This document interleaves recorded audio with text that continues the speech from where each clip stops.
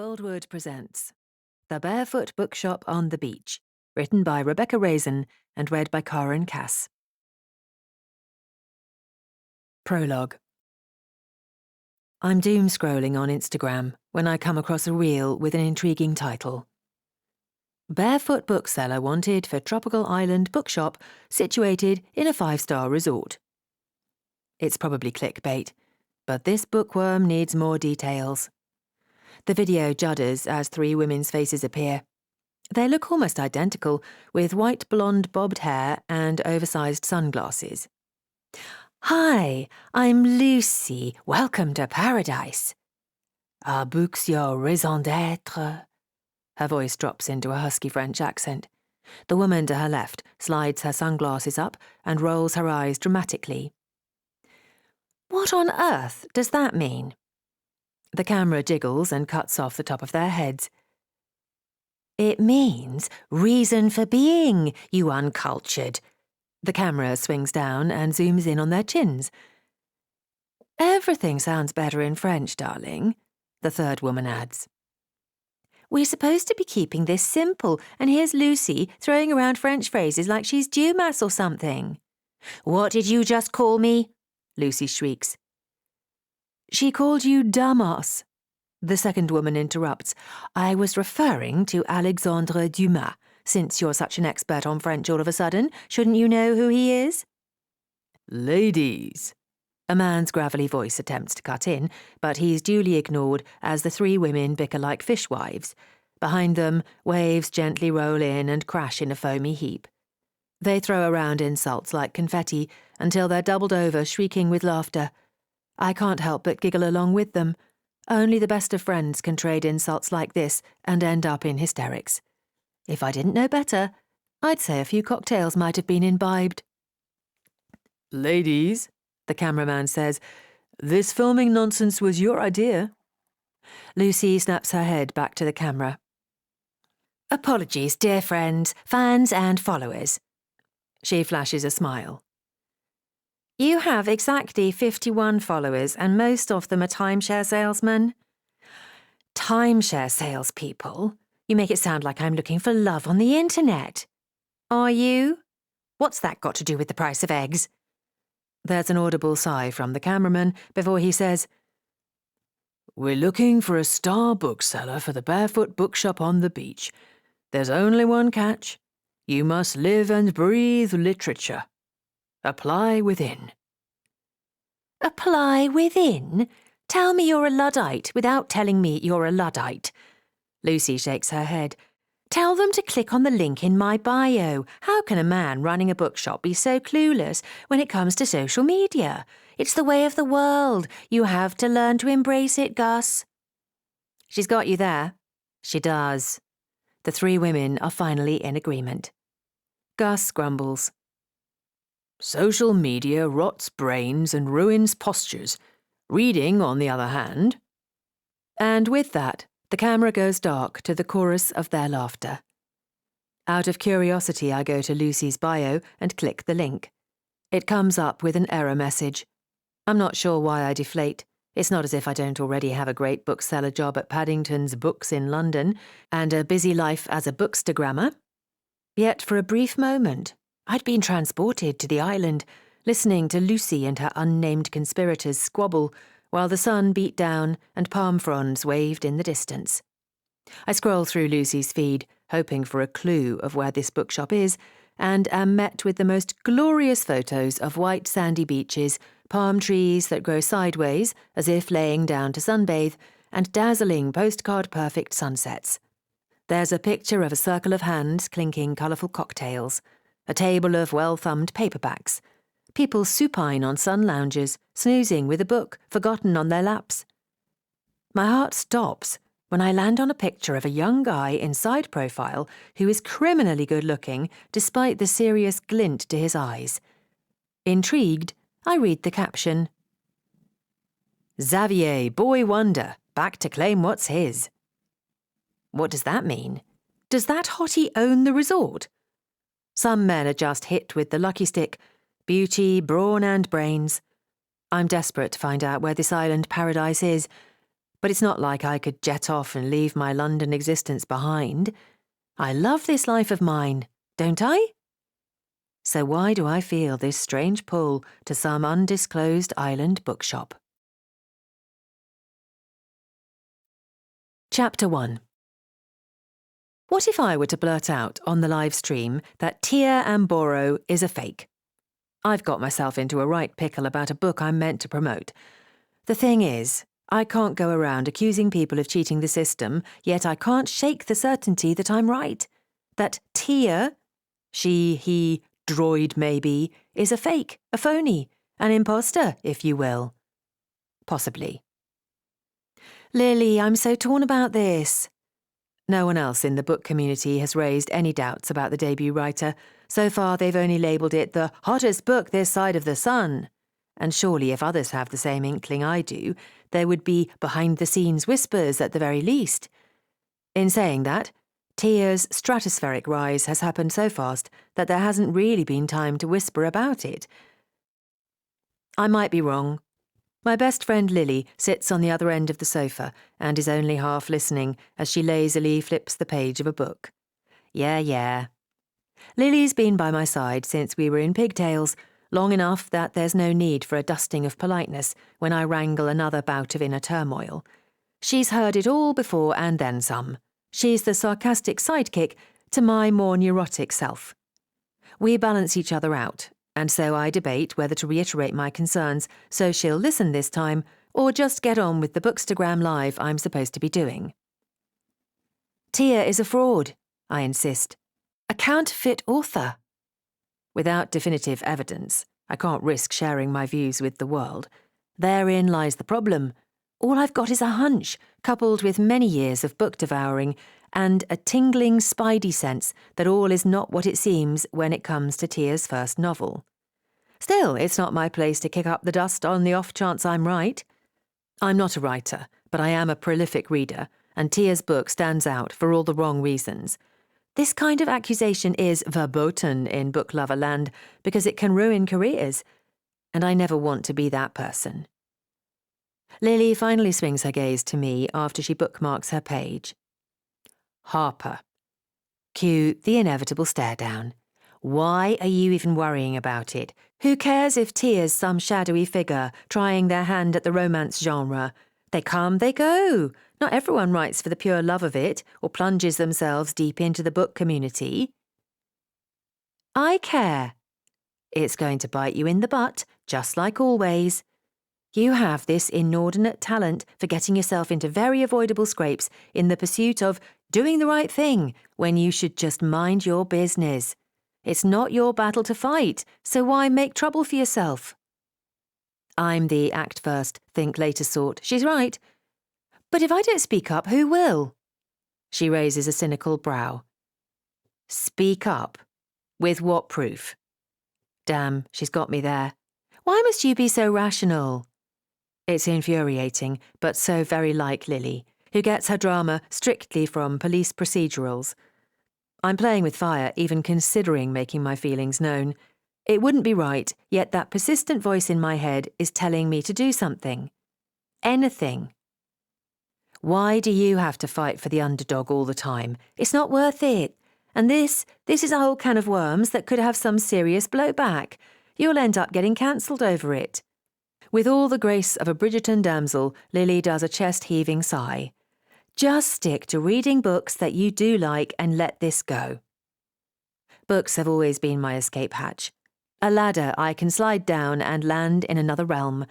A few years ago, this adoration of the written word led me to Instagram, where I stumbled on the wonderful world of Bookstagram, essentially a corner of the internet dedicated to bookworms.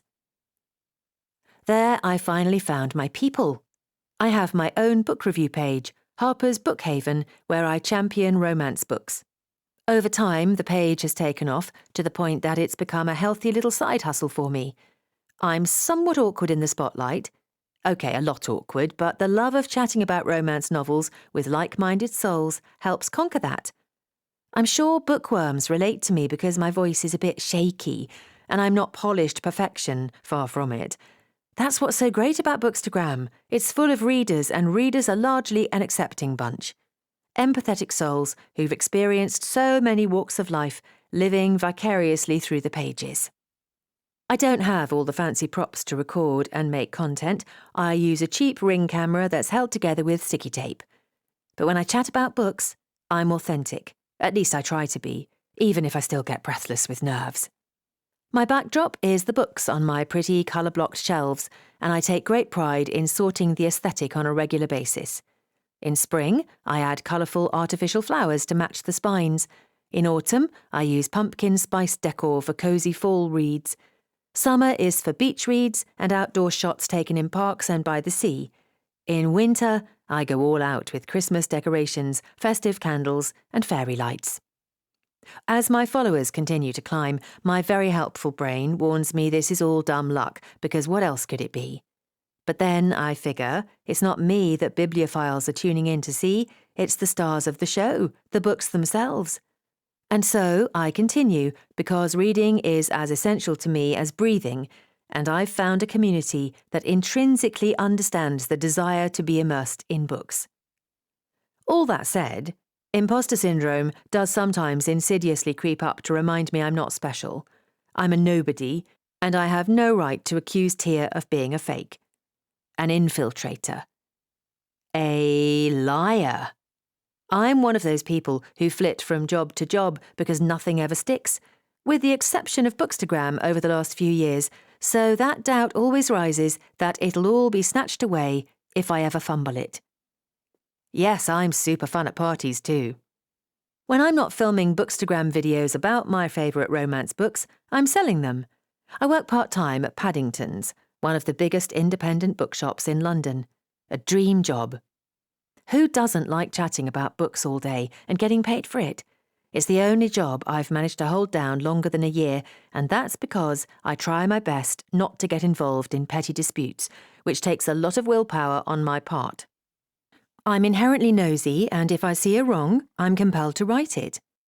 Lily, absolute armchair psychologist and tough love enthusiast, says this behaviour stems from growing up rudderless after the death of my parents and spending my teenage years in foster care. I don't like to admit she's right. And so, at Paddington's, I zip my lips against everything except books. I get a real thrill when customers ask for novels with the vaguest of clues like, "Do you have that one about the cats? Or was it dogs? The author's name started with an S or maybe an M." I take it as a personal challenge to solve these customer puzzles. That curly inquiry was The Art of Racing in the Rain by Garth Stein, a book best read with a bulk pack of tissues on hand. That heart-wrencher reminded me that we humans don't deserve dogs, but I digress. While I'm living the life I always wanted, I find myself twisted into a human-sized pretzel, assuming it will all be snatched away. Lily says I'm looking for validation from social media, and that's never a good idea. Maybe she's right. The more followers I have, the worse it gets. Some days it feels like all I do is create content, like my phone is glued to my hand, like an extra appendage. And I question whether this is a worthy time suck because it does take me away from reading the books themselves. And here I am debating whether to stick my nose in Tia's business, knowing full well it's a bad idea and will most likely have dire consequences. But I can't let it go unchecked. I just can't. Thankfully, these quirks of mine haven't scared away the new man in my life. He's a fitfluencer, and even that didn't put this mostly sedentary bookworm off. While he's outside, pounding the North London pavements, I'm snuggled up in bed with an epic romantasy.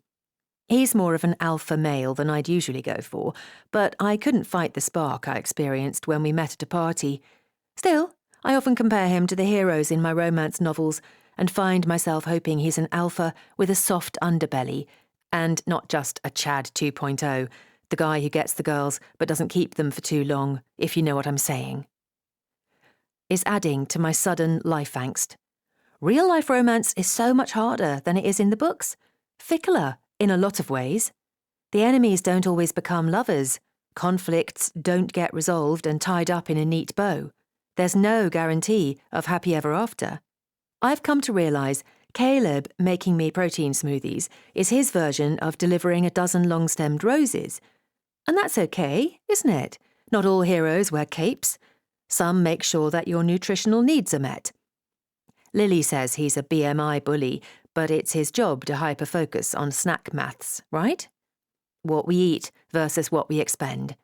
Anyway, calorie counting is all algebra to me. Hence the need to not only escape into books, but launch myself into the next chapter, so I get a happy ending, between the pages at least. Lily pulls me from my reverie. Look, Harper, just do the live. Be nice, don't make waves. It's easier that way, and also... She glances at her watch. If I don't eat soon, I will die. One thing you should know about Lily is that she's always about to die of hunger. I'm sure she coined the term hangry. If she doesn't eat at specific times, her mood plummets and the beast awakens. She blames this on her extremely fast metabolism, and I can confirm it's true. I'd hate her if I didn't love her so much. Fine, I'm ready. Tia's book is the reason I'm all over the place today. Speak or forever hold my peace, that is the question. Pass me the book. My Bookstagram page is my happy place. At times I worry, what a shocker, that I'm not keeping my content fresh, not keeping up with trends or novels that publish at an alarming rate, not engaging enough with the book community. But this concern is much weightier. I should keep my trap shut, that much I know, but I've never listened to reason, so why start now? I catch the book, bang bang, that Lily throws my way, clear my throat, ruffle my hair, and paste on a toothy smile before I hit record. Chapter 2. Here I go. Hey, bookworms, welcome to my live. Today I'm sharing a very brief review about the most talked about book in Romancelandia this week.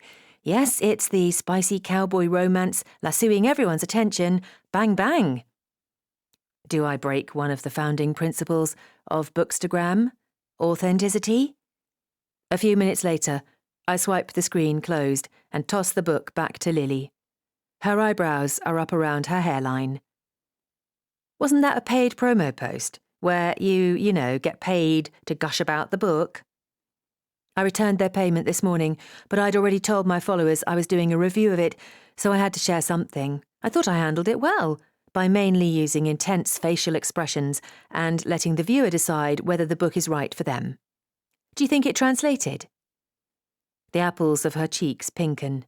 You looked like you were in the throes of a medical emergency. Sharp laughter spills from her, and I soon follow suit. That sounds attractive.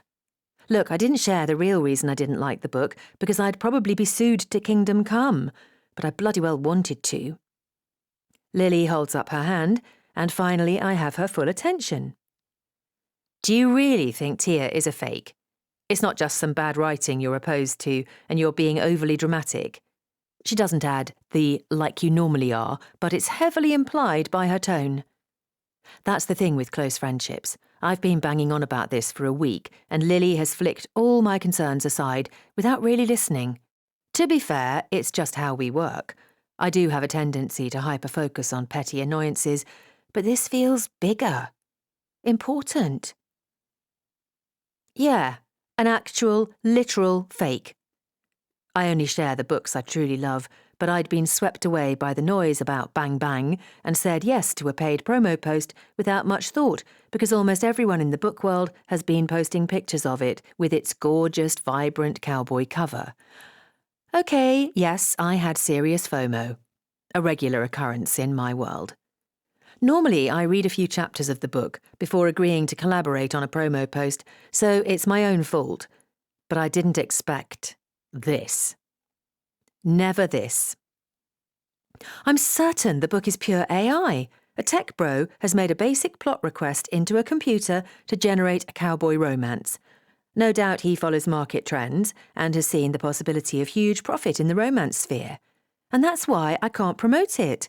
Why I can't get on the bandwagon. It's not fair to real writers. There's something majorly off about the whole enterprise. Lily's face is a picture of surprise. That's a big accusation. Hence why I'm only telling you. How do you know it's AI, though? Her mouth twists in doubt. I let out a frustrated sigh. If Lily doesn't take my worries at face value, there's no chance anyone else will either. It'll look like the mutterings of a jealous wannabe writer or something, which, for the record, I am not. And I'd never dare do this if I thought Tia was a legitimate author. Tia has no author photo, not one picture of a human or animal on her page, no personal details. Lily scoffs. Lots of authors write under pseudonyms and keep their personal lives private. Doesn't mean they're using AI. You of all people know that. I blow a lock of hair from my face. That's true. So why am I obsessing over this? But I have been. I've gone on a deep dive tracing the trajectory of this book and how the debut author went from obscurity to worldwide bestseller in a matter of weeks. Unheard of. Yeah, I get that, but this is different. It feels orchestrated, more so than usual. I've never seen a book blow up online as fast as Bang Bang. The campaign has been so tightly coordinated. Money has been spent across every platform to promote it. And yet the writing is clunky, robotic, the characters two-dimensional at best, and it's got that cringe factor, like when a man tries to write a woman's point of view but gets it so very wrong. I swear this is a targeted attempt at making big money in the romance space without being a writer or involved in the community. Like, what if it is a 20-something tech bro who follows trends and has infiltrated this arena? Gone wild with paid promotions to get it onto every bestseller chart, and it's bloody well worked, despite the book being mediocre. Shock flickers across her features. Geez, I get where you're coming from, but if it's just a feeling you're basing this off, you can't say a word. You just can't. Yeah. And what if I am the only one who is reading it this way? Doubt creeps in. It's being posted all over, and lots of people are raving about it, not just paid promo posts either, but from all camps. Even some D-list reality TV stars have been seen in faux candid shots with it. The hashtag #BangBang is trending on BookTok, and videos about it are going viral. I've never seen anything like it. The speed, the charting success. Let's say it is AI. Then what's stopping the tech bro, or whoever it is, making hundreds of books under various names, flooding the market with stories written by machines? We all need to stand up to this. Lily's mouth turns down. I guess that's going to be the way of things now, with AI insidiously creeping into every facet of our lives. Lily is a graphic designer who specialises in book jackets and book trailers. AI has significantly impacted her job already. It's a huge concern.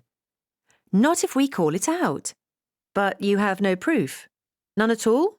There's a hopeful inflection in her voice. Well, I put some of the text through an AI detection site, and it came back with a 99% positive result. I deflate. If this isn't cause for existential dread, then I don't know what is. Machines we made, taking over our jobs, our livelihoods, even our own imaginations. Right, but those AI detection sites aren't always accurate. What? Well, they're also machines, so fallible and, at this stage, their accuracy isn't 100%, especially when it comes to creative writing, as opposed to academic papers and the like.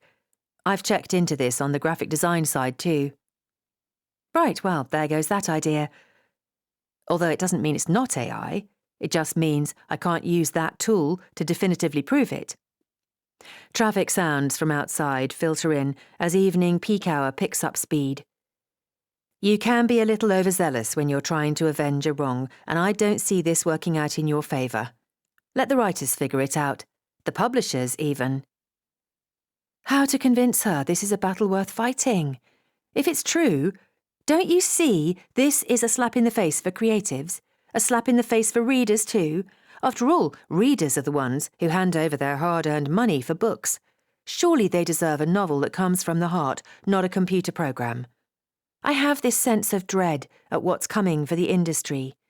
At Paddington's, will I be selling books that are written by a robot? If we don't make a stand now, it'll be too late.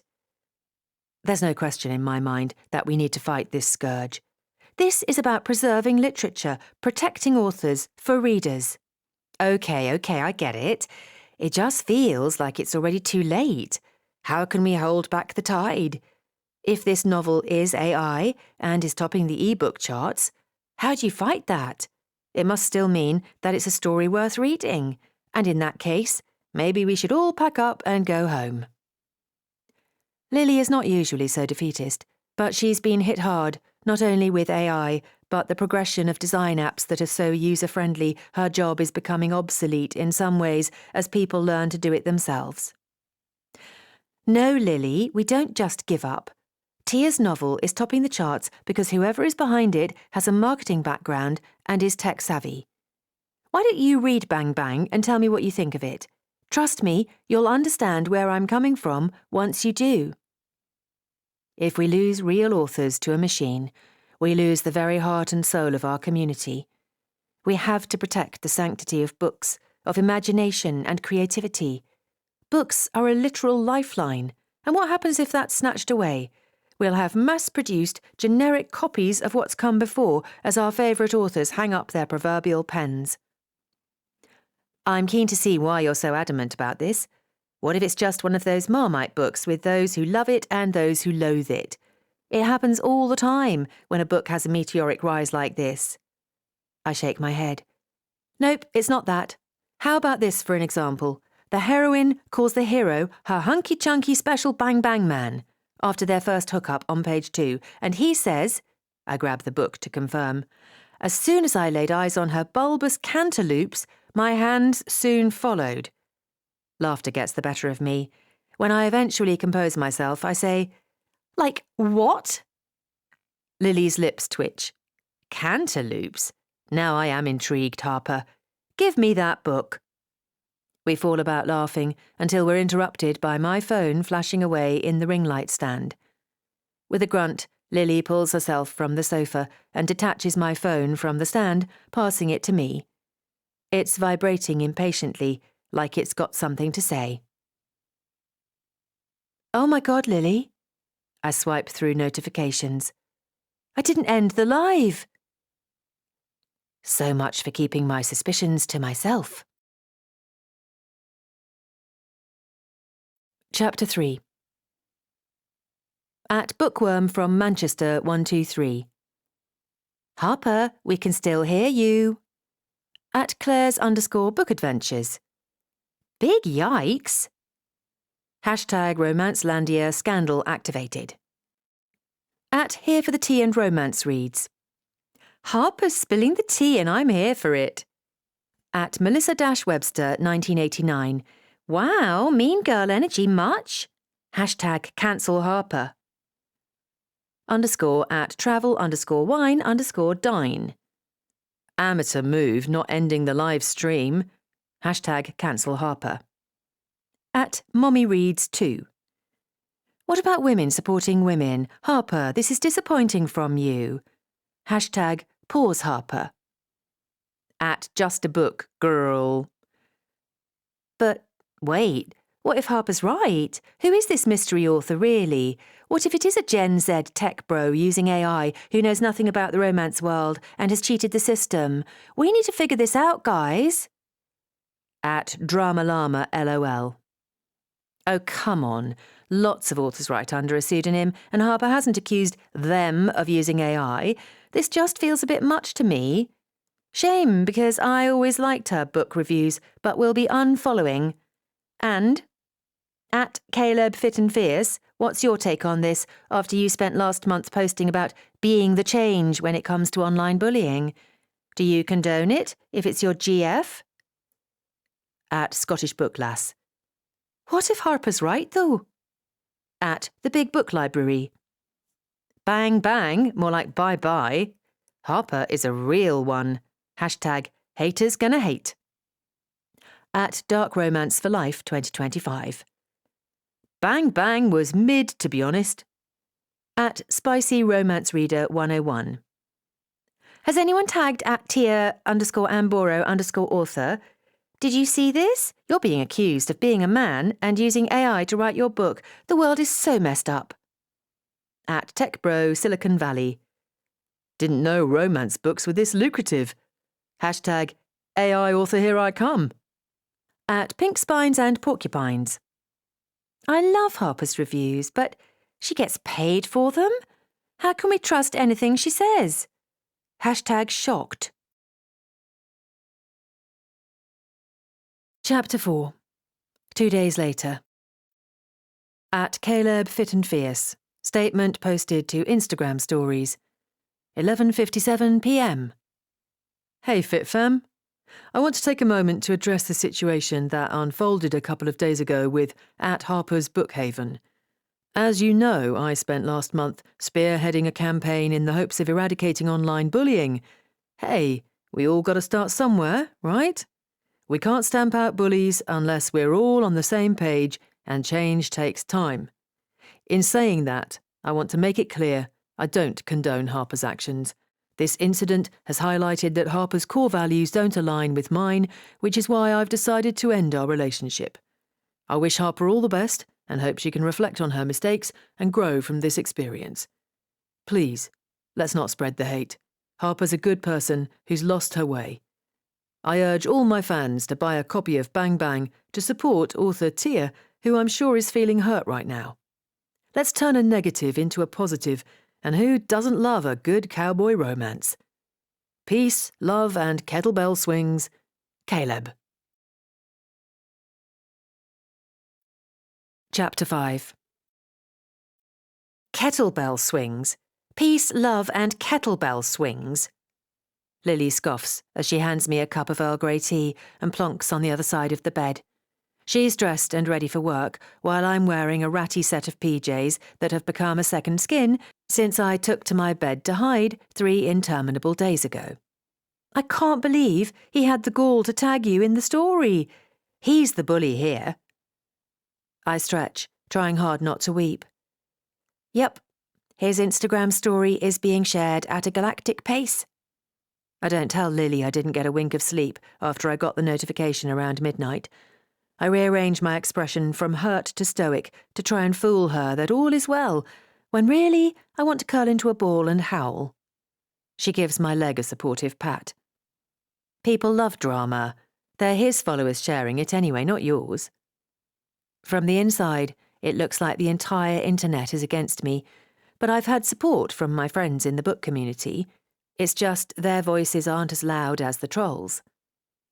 His breakup post didn't even make it to the grid. Caleb clearly doesn't want his follower count to suffer the same fate as mine. It hurts, but what can I do? That's the alpha male mentality for you. When things get hard, disappear. He's completely ghosted me. The guy isn't answering my calls, texts, or carrier pigeons. The sting of that, compounded by the online fallout, is a lot to handle. Why do I always pick the wrong sort of guy? Are cinnamon roll heroes just fodder for books? The men I tend to meet are dominant, assertive, and emotionally unavailable. Here we have Caleb, case in point. I can't help but remember the mysterious island bookshop reel I landed on a few weeks ago. I bet life is simpler there, with only the sea breeze and incoming tide to contend with, and maybe a tipsy cocktail swilling holidaymaker or two. Lily moves to open the curtains. I squint against the sudden brightness. I'm sorry, Harper. God, he's a dud. And if this is the way he ends relationships, then you've dodged a bullet, don't you think? I manage a tiny nod, roiling in my terrible taste in men. Whoever reads his drivel, kettlebell swings, are just as awful. Are you okay, though? This is a lot, all at once. Lily's eyes are wide with sorrow. My attempts at appearing stoic mustn't be very convincing. I'm blindsided by Caleb's callousness. Even though our relationship was in its infancy, it felt like we had the makings of something special. Yeah, I'm okay. I give her a wobbly smile as my composure cracks. It's just so humiliating being dumped on Instagram stories. Then there's the fallout from the live. My life is an actual dumpster fire, and it's all my fault. Lily gives me a sad smile. Your Bookstagram page will recover, right? People have short memories. My Bookstagram collabs pay for a chunk of my living expenses, so it's a real concern the snafu I made has already had a direct impact. with followers leaving in droves, which I'm sure will have a domino effect on future paid promos. I fumble for my phone and swipe it open, bracing myself for impact. My follower count has tanked. My chest tightens as I scroll through notifications. The nasty comments aren't from the book community, but rather from vultures enjoying the juicy nature of a stranger's downfall. It only gets worse as I read one vitriolic message after another. There's been a huge spate of unfollows, and those are bookish types. They don't want to be associated with someone accusing a debut author of such a heinous thing, and I get that. It's being called #BangBanggate. Strangers are sharing fabricated interactions with me, painting me as this horrifically catty backstabber. Should I call them out for lying? As I read these fictions, they grow increasingly absurd. Apparently, I trashed a bookshop once. What? No, God no, don't engage. Lily's voice rises. Any denials your end will only exacerbate the situation and gain more attention from trolls. Who, by the look of their profile pictures, are mostly middle-aged men. That tracks. Lily gives me a knowing nod. Basement dwellers. Look, it'll blow over. These things always do. You'll be in the doghouse for a while, and then you'll bounce back. I check my emails. More bad news. When it rains, it pours. I choke back a sob. My brand ambassador partnerships and upcoming promotional posts have been cancelled. All of them. To be expected when you've made accusations like I have. Thank God I've got my job at the bookshop. At least that will keep the wolf from the door until I fix this. If it even is fixable, that is. Why don't you ask for more hours at Paddington's while you ride out this wave? Great idea. Ever practical Lily. My bookshop colleagues are almost like family. We've worked together for a year now. I'll ask today. OK, call me later. Lily gives me a life-affirming hug and leaves for her co-work office. After she's gone, I throw myself in the shower and get ready for my shift at Paddington's. I do my best to disguise my blotchy skin and puffy eyes, but there's only so much makeup can do for a girl. I pull myself together. This is just a blip. I've made an awful mess of things, but there's no point looking back. All I can do now is salvage the situation as best I can. An hour later, I arrive at Paddington's Books and paste on a wide, nothing-to-see-here smile. I duck my head and dash to the staff room to stash my bag. I find Manager Beth hovering, surveying her nails as if they're fascinating. Her pinched expression sends a wave of worry through me. Harper, how are you? Her upbeat voice is at odds with the pity in her gaze. I'm good. I'm great. It's probably best to downplay it so I don't look like a liability, well, more than I already do. That's a relief. We've all been worried about you. Hope sparks. Maybe I'm reading this totally wrong? When she averts her gaze, that hope sinks. Right, well, it's just that... Poor Beth. She's a whimsical bibliophile who doesn't have a mean bone in her body, so I put her out of her misery. Let me guess. I'm fired? Beth's eyes fill. Yes. Effective immediately. I'm so sorry, Harper. There's been a lot of public pressure. We've had an influx of bad reviews on Paddington's Books' social media pages and been inundated with comments from customers who've threatened to stop shopping here while we employ someone unfairly targeting an author. Tia's publisher also got involved in the melee and sent some terse messages to Edward. You can imagine how that went. Edward is the owner of Paddington's Books. I've never met him in the flesh. He's just the curmudgeonly voice at the end of the phone line when sales fall off or there's an accounting query. Not good, I'm guessing. Edward rules with an iron fist from afar. But we're all afraid of him in a way, mostly because when he calls it's to complain. It's about the optics, and Edward is insisting that... I give Beth's shoulder a squeeze as her words trail off. The book community is mighty, but it's a small world and gossip travels fast. The last thing I want to do is bring Paddington's Books into disrepute. We need to protect indie bookshops just as much as we need to fight against the use of AI in publishing. When I speak, I make my voice as chirpy as I can muster. It's okay. From a business perspective, it makes total sense, and if Edward's involved, there's no coming back from that. I'll be fine, I promise. I die a little inside as the lie slips from my tongue and my brain screams, "How the hell will you be okay?" Before panic sets in any further, I swipe the thought away. I can fall apart later, in private. Beth wrings her hands. "You know if it were up to me, I would never do this to you, right, Harper?" This is the nicest firing in all of history. I know you wouldn't, and honestly, it's for the best. I've got plenty to keep me busy, so please don't worry. I'll miss this place. Miss you and the gang, but it's not like I'll never see you again. I'll still buy my books here. With what money, Harper? It occurs to me I won't be getting advance copies from authors and publishers, and I won't have spare funds to buy books from Paddington's either, temporarily at least. I'm worried about you because I know you relied on your Bookstagram income, and now this. Have you got any other options? Beth's voice is tinged with hope. Anything in the pipeline? I put her out of her misery, at least I try to. Yes, I've got a couple of interviews lined up already. The lie slips out easily. Is it time for me to explore other avenues? Jobs in different countries, different galaxies even? Mars would be good. Venus at a stretch. I'm mortified that I'm being cast as the antagonist in my own story. How will I ever live this down? Or, what if I stumbled on that job ad for the Barefoot Bookshop on the beach for this very reason? Was it a sign that I need to broaden my horizons and escape? Surely the position in a sun-drenched paradise has been snapped up already, though. And how will I ever find it because the link wasn't complete?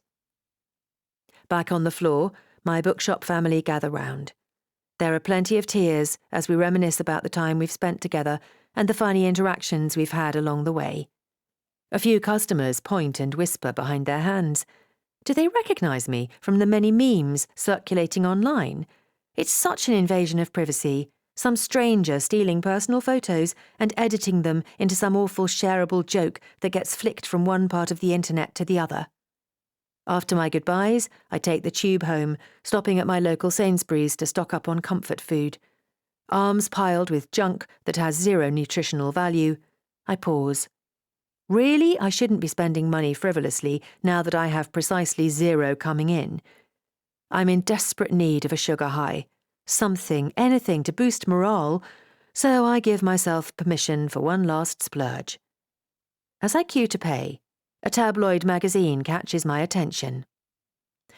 Best-selling debut author accused of using AI. Truth or slander? We do a deep dive. Oh no. How has it blown up like this after 3 short days? When it's my turn with the cashier, I drop the gossip mag, not wanting to be associated with it, quickly tap my debit card and scramble from the shop. Back home, I crack open the tub of triple choc swirl ice cream and sob eat while scrolling news sites on my phone to see if there are any reports about Tia that back up my claims. This might be a good thing. If the tabloids are doing so-called deep dives, then surely they've found something. I speed read various posts, but find no mention of Tia being exposed as a fraud. It seems that my inadvertent faux pas has opened a can of worms. There are think pieces on the future of literature and AI, and the question is asked how readers can be assured they're not buying AI-written novels, and the consensus is, at the moment, it's hard to tell. Most articles focus on the question of when an author deserves privacy and how social media influencers often create online drama for likes. My name is mentioned as a cautionary tale, why it's best not to let social media stardom go to your head, gee thanks, and the repercussions once it does. Not even one sentence is devoted to investigating my claims about Tia the writer. Instead, they discuss the speed of her book hitting the bestseller charts despite the rise of cancel culture and online influencers sticking their nose in, i.e., me suffering a bout of tall poppy syndrome like I'm some kind of rage-baiting, revenge-seeking egomaniac, ruining lives for the sake of getting a few more followers. How are they all missing the point here? Is it possible they're right? And I'm some kind of mistaken lone avenger who can't stand to see someone like Tia succeed? Lily always tells me to keep my trap shut or trouble will find me, and here I am again, now known as a clickbait agitator, when that couldn't be further from the truth. It's like I'm living in a parallel universe. But what does this mean for me going forward?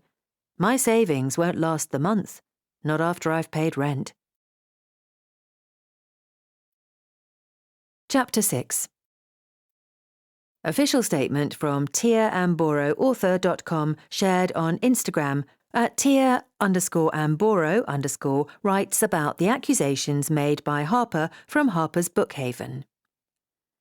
Dear readers, due to the accusations levelled at me, I've been forced to address this issue.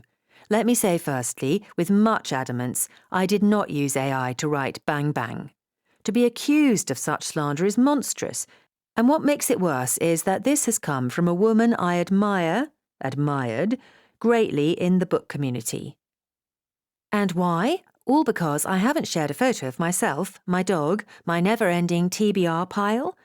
Isn't it my prerogative to keep my private life just that, private, without libelous claims lobbed my way? I shouldn't even have to deny this, but here we are. I've been encouraged by my legal team, you'll be hearing from them soon, Harper, to get ahead of this to limit any further damage, if such a thing is possible. I'm not going to share my identity, as is my right. I will tell you I'm a middle-aged woman who enjoys writing spicy cowboy romance, and only my immediate family know that I dabble in this field. Now, because of Harper's actions, there's a very real threat that my two worlds will collide with this incessant online witch hunt to find out who I am. Can we not do that? I like my anonymity. No one is more surprised than me that Bang Bang has taken off the way it has. But I can't take all the credit for it. There's an entire publishing and marketing team at the helm helping this book find its readers. Does the success of Bang Bang mean I personally need to be torn down? Or is it just plain jealousy? Well, I won't apologise for my success, and nor should I. Harper, a successful woman in her own right, needs to reflect her gaze inward, perhaps. Women should support women, full stop. Now let's put the past to bed and move on, shall we? I've got cowboy romances to write. Yeehaw! Tia. XOXO. Chapter 7. A week later, things have only intensified. All the local jobs I've applied for have been unsuccessful, and dropping my CV into bookshops hasn't worked either. In fact, it's gone disastrously wrong. Twice I'd been asked to leave once I told them my name. Speaking of my name, it's still trending for all the wrong reasons. My friends in the book community have defended me, but it's like screaming into a black hole. The fallout has gathered momentum, spilling into the outer reaches of the internet where the nastier trolls live. The unflattering memes become more grotesque as strangers use AI, of all things, with my likeness and share them far and wide. People continue to come out of the woodwork, sharing one horrific story after another of scandalous things I've done, none of which are true. It's impossible not to take it personally. It blows me away that one momentary lapse of concentration has had such a nuclear effect. Like a bomb detonated in my life and blew it to smithereens. I don't understand how it's still going, since I'm not a celebrity or anyone of note. People just love being an audience to downfall. What have we become? How quickly one can go from glorious heights to stunningly painful lows, I say to Lily, who sits beside me reading a thriller. She turns to me. What's happened now? I hold up my phone to show her. People are calling for a response from me about the statement Tia posted last week. I've vacillated endlessly about this, not wanting to stoke the fire and to let Tia's statement have its moment, but my silence is being taken as cowardice. Lily flicks through the comments and mutters under her breath about people needing to get a life. Would it help or hinder? That's the thing. Are they just braying for blood at this point? It's as if they want the next instalment of drama, so why give it to them? They're not even book people. They're cyber bullies who have a lot of time on their hands. She grimaces. Don't let the trolls dictate what you do. In saying that, a statement for your Bookstagram friends might be nice. Let that be the line you draw in the sand, and then move on. My gut roils, but it makes sense. There aren't all that many followers left, just my mainstays, my friends in the book community. They're the ones who matter. I'll admit my shortcomings and apologise. What if Tia does sue me? God, imagine! Lily bites down on her lip as she considers it. Would she, though? Sue you for what exactly? You thought you were having a private conversation in the comfort of your own home. Yeah, sure, it was streamed live, but it was an accident. I can attest to that. I manage a wobbly smile. Who knows how these things work? She said I'd be hearing from her legal team, and so every day my chest tightens when I check my emails. Let's worry about that, when and if it happens. There's another development. Lily swallows hard. It's Caleb. Oh? He's hard-launched a new relationship with... I close my eyes. What? I calculate how many days it's been since #BangBanggate. 10. That life coach woman, the one who... I know the one. She helped with the anti-bullying campaign. Seriously? While the relationship with Caleb had been relatively new, moving on 10 days later is a kick in the teeth. Gold digger gets her coffee at the same Costa as me most mornings. Ugh, she introduces herself as your friendly neighbourhood gold digger on her daily videos. Don't you think punny names that bad should be outlawed? OK, that might be the heartbreak talking. I usually love punny names. How could anyone take her seriously? I scrub my face. At this point it feels like a pile-on. What else can go wrong? I catch Lily blanch and quickly avert her gaze. What? I ask. Nothing, it's only that rent is due. She wrinkles her nose. But I can cover. No, I've got this month sorted. Next month, though. This is why people have contingency plans. But living in London doesn't come cheap. Most of my income goes towards expenses, and whatever's left soon vanishes on the fun stuff in life, like eating out, books, events. I can't have Lily worrying about me making rent. It's not fair on her. As sad as it'll be, Lily, maybe I need to consider finding work outside of London, since the job hunt is a bust. Rent here is exorbitant, and it won't be fun running into Gold Digger and Caleb before I've even had my morning coffee. Lily's face falls. You're not serious about finding a job in some far-flung place? I shrug. The Barefoot Bookshop on the beach just might be the answer. But I've Googled the name of the bookshop and nothing came up. If only I could find that reel, or Lucy's Instagram page again, but so far, no luck on those either, despite many searches late at night, mid-sobfest when I can't sleep. I've tried at almost every bookshop in London. It's a firm no. Next would be finding a bookseller job at the end of the earth where they haven't heard of Bookstagram or #BangBanggate. A quiet town I can hide out, tail between my legs, until a new drama comes along in literati land. A quiet island, perhaps? I've never really found my place, moving from home to home as a teenager. Eventually I landed into the safety of the London pad with Lily, but how quickly it feels the opposite, like the foundation here is cracking, the ground moving beneath my feet. That stability I so want is elusive once more. Lily, who's usually tough as nails, wells up, and I soon follow suit. That seems so drastic, though. She gives my arm a supportive squeeze. What about finding a job in a different industry, just for a bit? I consider it. Books are my life, Lil. I'd hate to lose that too. I can't let that happen, or what will I have? Nothing that brings me the joy like books do. When my parents died, books became my sanctuary, the place I could pause my grief and sink into someone else's life. That time out kept the sorrow at bay, helped me cope with such a devastating loss. So for me, books are almost like a stand-in parent.